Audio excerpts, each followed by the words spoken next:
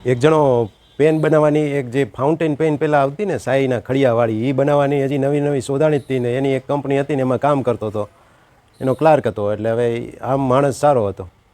તો થતું એવું કે હજી શરૂઆતમાં જ હતી ને તો એમાં બહુ પ્રોબ્લેમ આવતા હતા. થોડી થોડી વારે કંઈક ને કંઈક પ્રોબ્લેમ આવે એટલે ગ્રાહકો એ પેન પાછી દઈ જાય અને કંઈક રિપેર કરી દો. તો ઓલો ક્લાર્ક બિચારો કંપનીમાં નોકરી કરતો હતો છતાંય એમ કે તમે મૂકી જાઓ કે હું ટ્રાય કરીશ. પોતાની રીતે એ ટ્રાય કરતો ને ઘણું રિપેર કરતો ને ઘણું એમ કરતાં કરતાં એ જાણકાર થઈ ગયો હતો ને ઓલા બધા લોકો પછી કંપનીવાળા કરતાં તો આ ક્લાર્કને વધારે ઓળખતા ને એવી રીતે થઈ ગયા હતા.